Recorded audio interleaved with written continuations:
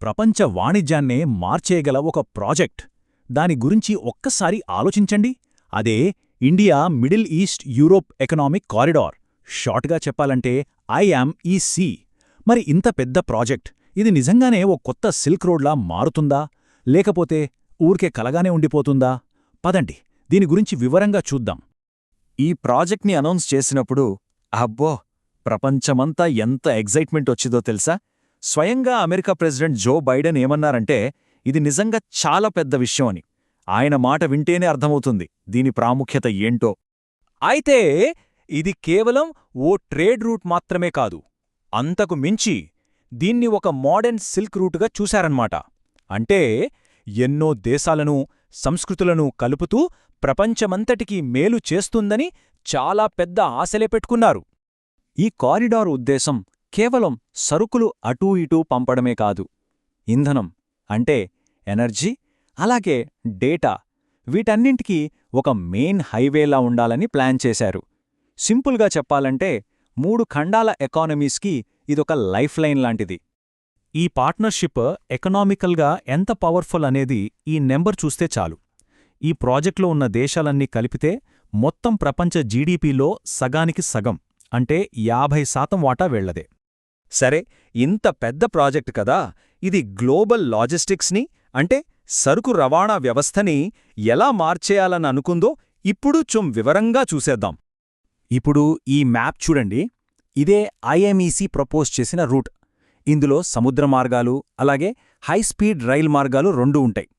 వీటి ద్వారా ఇండియా నుంచి నేరుగా యూరప్కి కనెక్ట్ అవ్వచ్చు. అంటే ప్రపంచ వాణిజ్యానికి ఇది కంప్లీట్గా ఒక కొత్త దారి అన్నమాట. ఈ ప్రాజెక్ట్తో వచ్చే అతి పెద్ద బెనిఫిట్ ఏంటంటే స్పీడ్. మామూలుగా సూయజ్ కెనాల్ రూట్లో వెళ్లేదానికంటే ఈ కొత్త రూట్లో వెళ్తే దాదాపు 40% టైం ఆదా అవుతుందని అంచనా. ఆలోచించండి, ట్రేడ్కి ఇది ఎంత పెద్ద ప్లస్ పాయింటో. మనం అనుకున్నట్టుగా IMEC అంటే కేవలం గూడ్స్ ట్రాన్స్పోర్ట్ మాత్రమే కాదు, ఇందులో ఇంకా చాలా ఉన్నాయి. హైస్పీడ్ డేటా కేబుల్స్, ఒక దేశం నుంచి ఇంకో దేశానికి కరెంట్ పంపే ఎలక్ట్రిసిటీ గ్రిడ్స్, ఇంకా క్లీన్ హైడ్రోజన్ పైప్లైన్స్ కూడా. ఒక రకంగా చెప్పాలంటే ఫ్యూచర్ ఎకానమీకి ఇదొక బలమైన ఫౌండేషన్ వేయాలనుకుంది. నిజానికి ఐమెక్ని చైనా వాళ్ల బెల్ట్ అండ్ రోడ్ ఇనిషియేటివ్ అంటే BRIకి ఒక పోటీగా, ఒక ఆల్టర్నేటివ్గా చూశారు. ఎందుకంటే ఐమెక్లో ట్రాన్స్పరెన్సీకి అంటే పారదర్శకతకు, ఇంకా సస్టైనబుల్ డెవలప్మెంట్కి ఎక్కువ ఇంపార్టెన్స్ ఇచ్చారు. BRI కన్నా భిన్నంగా ఉండాలన్నది దీని లక్ష్యం.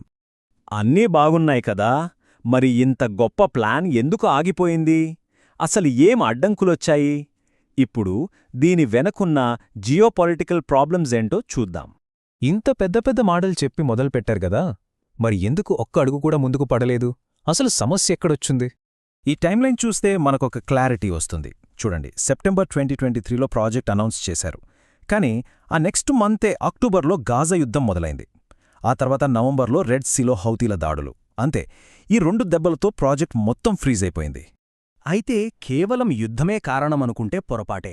ఇంకా చాలా సమస్యలున్నాయి. ప్రాజెక్టుకి సరిపడా ఫండ్స్ లేకపోవడం, దాన్ని మేనేజ్ చేయడంలో ఇబ్బందులు, అలాగే ఆల్రెడీ ఉన్న వేరే ట్రేడ్ రూట్స్ నుంచి గట్టి పోటీ. ఇలా చెప్పుకుంటూ పోతే చాలా ఉన్నాయి. సరే, ఇన్ని ప్రాబ్లమ్స్ ఉన్నాయి కదా, మరి ఈ ప్రాజెక్ట్కి ఇంకా ఫ్యూచర్ ఉందా? ముఖ్యంగా ఎనర్జీ సెక్టర్ అంటే ఇంధన రంగం దీన్ని మళ్లీ బతికించగలదా? ఇప్పుడు ఆ యాంగిల్లో చూద్దాం. భవిష్యత్తు అంతా గ్రీన్ ఎనర్జీదే అంటున్నాం. కాని ప్రస్తుతానికి ఈ దేశాల మధ్య జరిగే ట్రేడ్ అంతా ఎక్కువగా క్రూడ్ ఆయిల్, పెట్రోలియం ప్రాడక్ట్స్ మీదే నడుస్తోంది. ఖచ్చితంగా ఇది మారాలి. ఫ్యూచర్లో ఈ కారిడార్ని 2 ముఖ్యమైన ఎనర్జీ విషయాల కోసం వాడుకోవచ్చు. ఒకటి, కాంటినెంట్స్ దాటి ఎలక్ట్రిసిటీని సప్లై చేసే పవర్ గ్రిడ్స్. 2, క్లీన్ హైడ్రోజన్ని ఎక్స్పోర్ట్ చేయడం. ఈ 2 జరిగితే యూరప్ ఎనర్జీ సెక్యూరిటీకి చాలా పెద్ద బూస్ట్ వస్తుంది. అయితే ఇక్కడొక పెద్ద అడ్డంకి ఉంది. అదే యూరోపియన్ యూనియన్ తెస్తున్న కార్బన్ బార్డర్ అడ్జస్ట్మెంట్ మెకానిజం, సింపుల్గా CBAM అంటారు. దీని ప్రకారం దిగుమతి చేసుకునే వస్తువుల మీద కార్బన్ ట్యాక్స్ వేస్తారు. ఇది ఫ్యూచర్లో జరిగే ఎనర్జీ ట్రేడ్ని బాగా దెబ్బతీయచ్చు. ఇండియా లాంటి డెవలపింగ్ దేశాలేమంటున్నాయంటే ఈ CBAM అనేది ఒక రకమైన వివక్ష అని. పర్యావరణం పేరు చెప్పి మా వ్యాపారానికి అడ్డుకట్ట వేస్తున్నారని వాళ్ళు గట్టిగా వాదిస్తున్నారు. దీనివల్ల వాళ్ళ ఎక్స్పోర్ట్స్ మీద నెగటివ్ ఇంపాక్ట్ పడుతుందని వాళ్ళ భయం. సో ఫైనల్గా ఐఎంఎక్ భవిష్యత్తు ఏంటి? ఇది కేవలం ఒక అందమైన కలగా మిగిలిపోతుందా, లేక ఎప్పటికైనా నిజమవుతుందా? ఇప్పుడు దీనికున్న అవకాశాలు, అడ్డంకులు రెండింటినీ బేరీజ్ వేసి చూద్దాం. ప్రస్తుతానికైతే ఐఎంఏసి ఒక పవర్ఫుల్ ఐడియా, ఒక మంచి కల. కాని ఇది నిజం అవ్వాలంటే ముందుగా శాంతి కావాలి, రాజకీయ స్థిరత్వం ఉండాలి. అన్నిటికంటే ముఖ్యంగా ఒక క్లియర్ ఫైనాన్షియల్ ప్లాన్ కావాలి. మనం ఈ విశ్లేషణను ఒక పెద్ద ప్రశ్నతో ముగిద్దాం.